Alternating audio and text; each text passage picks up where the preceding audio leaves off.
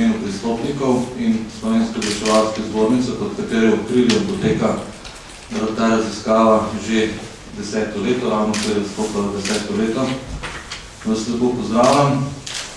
Kot običajno je moja naloga bolj protokolarno-infrastrukturna. Več o samih podatkih bo povedal Andraž Ozorko, predstavnik izvajalca Valicon, ki je tudi z nami že 10. leto in je lani, smo se pač odločili, ki so se odločili pristopniki za podaljšanje pogodbe še za 1 leto. Letos smo tudi, oziroma lanskem letu smo se odločili, da bomo imeli samo letne predstavitve, ker je pač sprememb bilo premalo. Mogoče smo se odločili narobe, ker je v tem letu se akumulirala pozitivna sprememba, ko bo razložil kasneje Andraž, za razliko od nekaj prejšnjih let, ko smo v glavnem gledali bolj trende, ki so kazali tiskanim medijem navzdol. Skratka, svet pristopnikov sestavljajo vsi večji založniki tiskanih medijev v Sloveniji, razen enega, ki je pred kratkim razglasil pot v stečaj. Tukaj mislim, da to ni povezano z NRB-jem, ampak si velja, mogoče vseeno malo zapomniti. Če bo kakšno vprašanje kasneje o tem, skratka o pristopnikih, o karkoli infrastrukturnega, sem tukaj drugače pa kar predajam besedo. Hvala lepa. Kot rečeno, Andraž Ozorko, Valicon predstavljam valutne podatke za leto 2010. V lanskem letu smo uspeli anketirati blizu 7000 anketirancev v starosti od 10 do 75 let. Tukaj bi izpostavil še vedno zelo visoko stopnjo sodelovanja, ki je zavidljivo visoko v primerjavi z drugimi tovrstnimi raziskavami ali raziskavami nasploh. To nam seveda uspeva tako s pomočjo sestavljenega vzorca iz centralnega registra na eni strani, ustreznimi tehnikami pristopa k anketirancem in seveda zvestim anketarjem, ki za nas delajo to raziskavo nekateri tudi že po več let. V tem obdobju, kot vsakem, smo seveda tudi težili vzorc, da je reprezentativen za slovensko populacijo po spolu, starosti, izobrazbi, regiji in tipu naselja. Tu ni večjih sprememb, tako da se ne bi predolgo zadrževali. Nekaj sprememb je v seznamu umirjenih edicij, ker je k raziskavi pristopa nov pristopnik, so vključene še nekatere ostale edicije, to je Mladinska knjiga založba, Cici zabavnik, Mini Moj planet. Vmes smo vključili tudi Science Illustrated, ki je začel izhajati, in pa vrnili v seznam VIP revijo Zveze potrošnikov Slovenije. Polletjem smo vključili še novo edicijo še enega pristopnika, in sicer Pogledi. Med letom pa zaradi prenehanja izhajanja izključili spodaj navedene edicije, ki pač ne izhajajo več. V tem obdobju podatki, za katerega podatke bomo predstavili, smo celotno obdobje imeli 152 edicij, objavljenih je pa 153, ker je pač en začel izhajati srednji. Valutne podatke imate pri sebi na listu papirja. Za tiste, ki ste morda bolj novi v tem, plava pikca zraven rezultata pomeni, da se je branost statistično značilno povišala glede na predhodno obdobje. Še enkrat ne bodo več poudariti, edino tiste razlike v branosti, ki imajo modro ali rdečo pikco, poleg svojega rezultata, lahko interpretiramo kot rast oziroma kot padec branosti, vse ostale razlike so lahko plod naključja.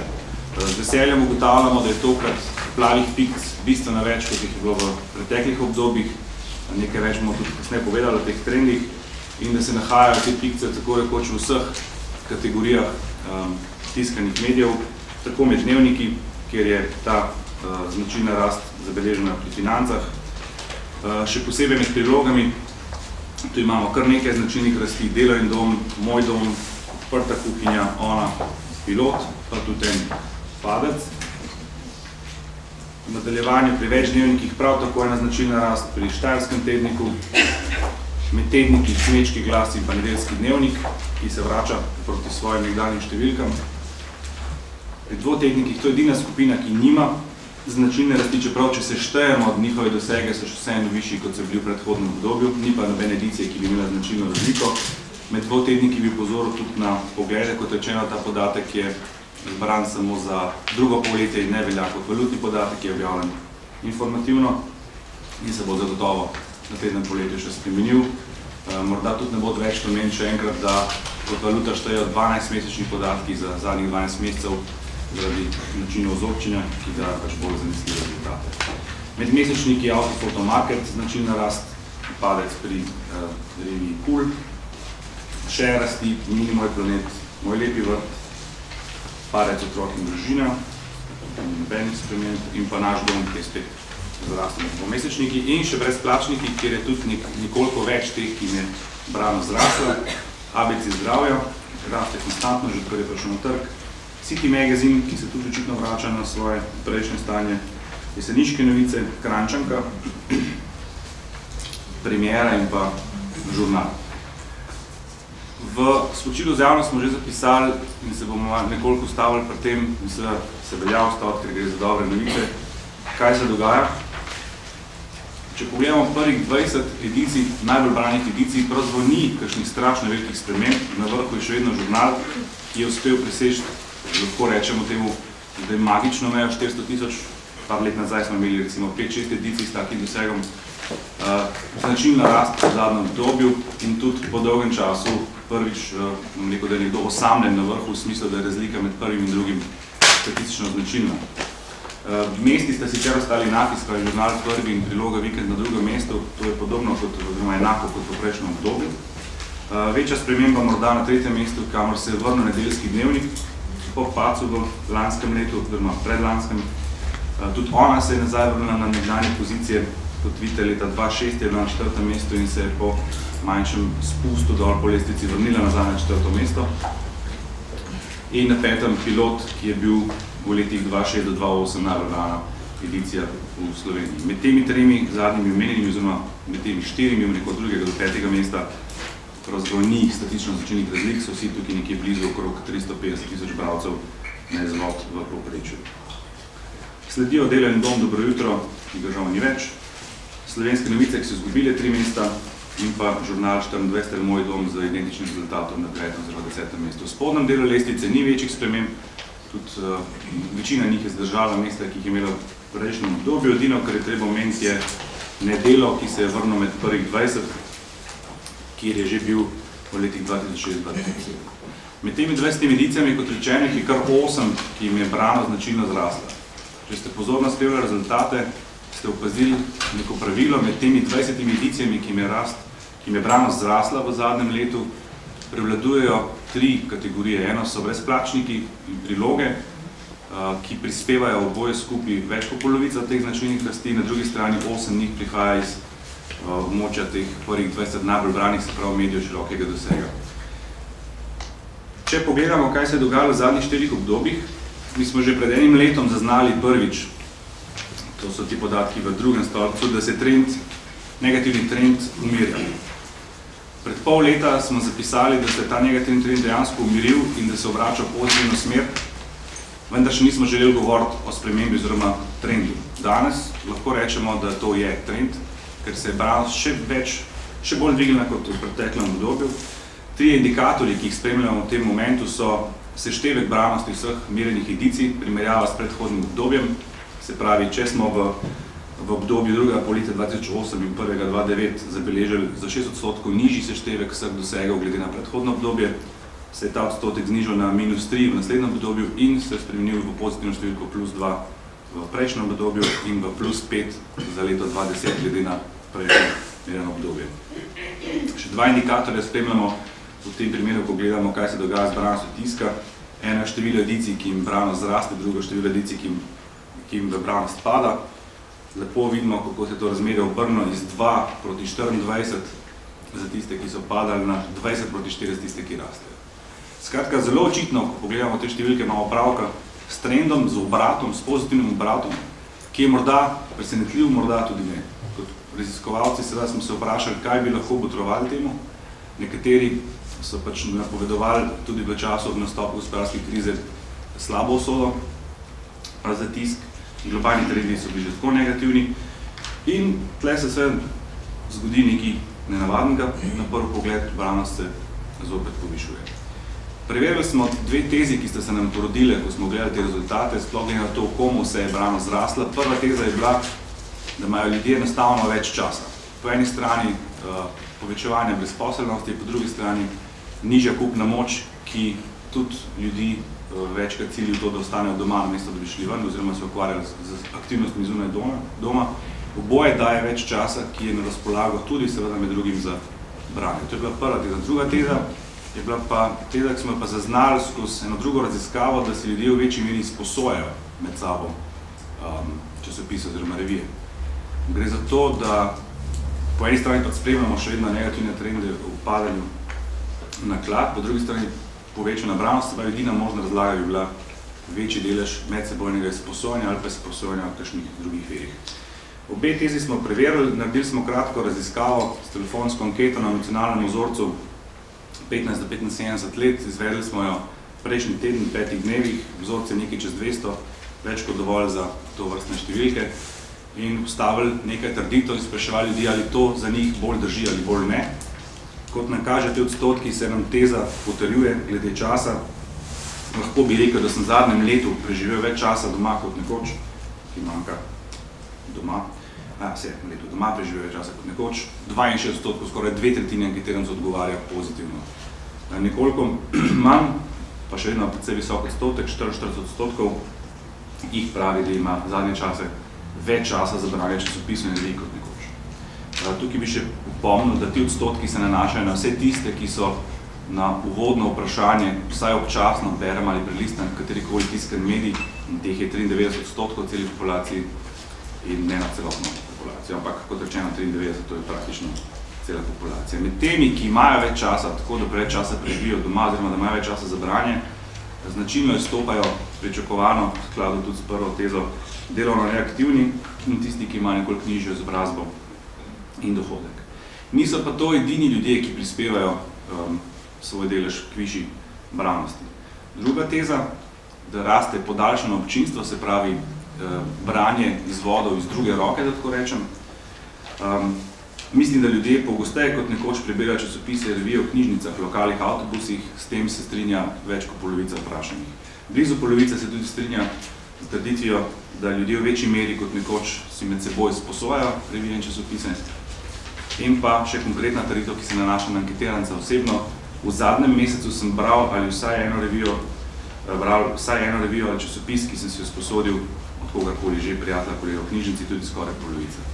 Med temi zadnjimi značilno izstopajo ženske, jih je več, šolajočih, skratka mladi in pa uporabniki interneta. Zelo zanimivo. Skratka, ne glede na to, da so ljudje v manjši meri v zadnjih letih kupovali časopise, očitno bralna kultura teh ne zamira in ostaja na višji oziroma na enaki oziroma celo višji ravni. Glede na to, da so to trditve ljudi in da se branje šteje med socialno zaželene aktivnosti, sem seveda to tezo preveril še skozi objektivne podatke, ki so na voljo, in sicer število izposojenih serijskih publikacij v slovenskih knjižnicah. Zelo zanimivi podatki. Gre za seštevek prvih 100 najbolj pogosto izposojenih serijskih publikacij, med katerimi je tudi večina revij, časopisov, ki smo jih prej opazovali. Kot vidite, je ta vsota, v tisočih govorimo tukaj, s 369 tisoč, v letih 2006-2008 padla, skladno z trendom nižje branosti tiskanih medijev, na kar se kar naenkrat spet dvigne in v letih 2008-2010 zraste za 7%, skratka zelo podoben odstotek, kot smo ga zabeležili za branost pridočnega tiska skozi NRP. Jaz mislim, da ta podatek, glede da gre za objektivni kazalec, zelo lepo potrjuje to tezo, da je izposoje leteh več. Je pa tudi zelo zanimiva lestvica, če koga kaj podrobno zanima, vseh 5 let je na vrhu ena in ista revija. Ima kdo kakšna ideja? V knjižnicah, ja. Najbolj pogosto izposojena revija v slovenskih knjižnicah. Jana, bravo. Naša Jana. Toliko tiskov za konec, kot vedno še nekaj malega o radiju in gledanosti TV programov. Pri radijih se je zgodila velika sprememba, ki pa smo jo napovedali že pred pol leta. Tisti, ki ste pozorno spremljali zadnja leta, kaj se dogaja, ste tudi lahko zaznali, da se bo to slej ko prej zgodilo in se je. Prvi 2 mesti sta bili vsa leta merjena NRB oddani za prvi in drugi program Radija Slovenija. No, tokrat je prišlo do spremembe na drugem mestu. Radio 1 je uspel sicer z neznačilno razliko, pa vendar prehiteti prvi program Radija Slovenije. Omaja tudi v bistvu nek način že ogroža pozicijo številka 1, ker razlika je vedno manjša med prvim in drugim. Sicer pa brez večjih sprememb pri poslušanosti radija, razen enega značilnega porasta poslušanosti pri Koroškem radiju. Če drži teza, da imajo ljudje več časa, bi se seveda mogli to odraziti tudi pri gledanju televizije. Ena tabela, ki jo pogosto kažemo, doseg, spravi dnevni doseg TV postaj, glavnih TV postaj v Sloveniji in pa dolžina gledanja. Tle bom seveda opomnil, da anketiranci sami pri sebi ocenijo, koliko časa so v preteklem dnevu gledali televizijo, da ta podatek ni primerljiv z elektronskim merjenjem, seveda je manj natančen. Ne glede to pa je trend povsem veljaven, ker je pač kakorkoli nenatančen vsa leta enako nenatančen. Skratka, zanima nas predvsem sprememba, ali gre za rast oziroma padec. Pri prvih dveh z največjim dosegom, tam spet upomnil, da se TV Slovenija vrnila na drugo mesto s prvim programom, ki ga je vmes že skoraj izgubila proti kanalu A. Z nekoliko višjim dosegom, dnevnim plus 3%, sicer pa tako pri Pop TV kot TV Slovenija brez spremembe v dolžini gledanja. Se je pa zato podaljšala dolžina gledanja pri naslednjih 3 postajah, se pravi pri kanalu. Zelo izrazito pri TV Slovenija 2, tle se očitno zelo pozna količina športnih prenosov oziroma dogodkov v lanskem letu, ki so zahtevali daljše obdobje gledanja. Ker nogometne tekme pač zdaj trajajo ponovno 3 ure, namesto 2 ure in tako naprej. In TV3, ki je sicer izgubila nekoliko v dosegu, je pa pridobila pri dolžini gledanja. Skratka, tudi tu vidimo, da dejansko ljudje nekoliko več časa namenjajo medijem nasploh, ne samo tisku. Toliko z moje strani se mi zdi, da tole je zadnji slajd.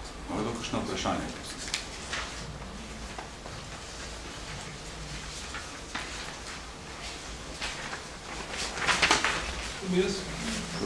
Koliko mora pristopnik plačati za to raziskavo dostop in kakšne podatke vam mora pristopnik potem? Potem z veseljem predal Zoranu. Financiranje raziskave je sestavljeno iz 2 delov. In sicer vsak plača članarino oziroma pristopnino, ki je 4000 in nekaj evrov, ne natančno. Drugi del, drugemu delu rečemo uporabnina in se pač celoten znesek stroška, od katerega odštejemo članarine, razdeli glede na delež pristopnika v bruto oglaševanje, v seštevku bruto oglaševalskih prihodkov brez samo oglaševanja. Kaj imamo podatek od merjenja oglaševanja od Mediane, seštejemo pač prihodke od oglaševanja po bruto vrednosti brez samo oglaševanja in razdelimo glede na deleže in skratka višina plačila je odvisna od relativne moči v teh skupnih prihodkih. Tako da čisto natančnega odgovora ne moram dati, če ne vem, kdo je pristopnik. Ampak tak je princip. Na ta način smo pred 10 leti ga postavili, zaradi tega, da članarina omogoča en glas vsakemu ne na velikost, hkrati se pa teža financiranja skladna oziroma sorazmerna z pač relativno močjo na oglaševalskem trgu. Smo jih bolj jasni? Katere podatke mora pa vam postaviti? Nobenih. Kaj bomo kakšne podatke? Razen tiste, ki hrabno za sklepanje pogodbe, skratka, kje stanuje, kakšno naravčno številko in kdo je podpisni. Vsi podatki se pač merijo, ne? Edino, kar se zgodi pristopniku, je to, da če začne izdajati, tako če želi vključiti svoj naslov, ki do zdaj ni bil, kot pristopnik lahko prednostno vključi, kljub temu se pa ne objavi, če pač podatki ne zagotavljajo oziroma doseg ni znotraj tistega minimuma, ki ga postavimo.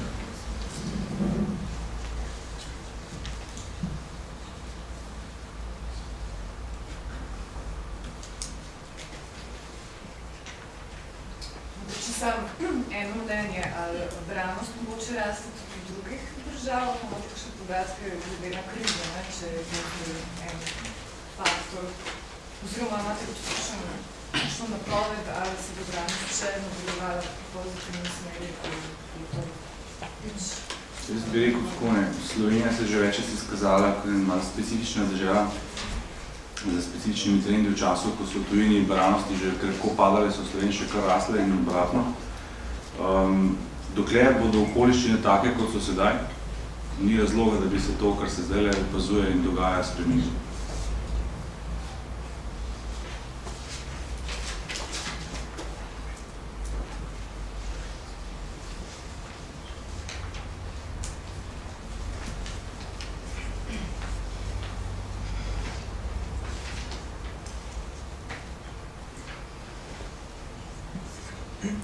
Kot vedno. Ne vem, komu bi najprej govoril.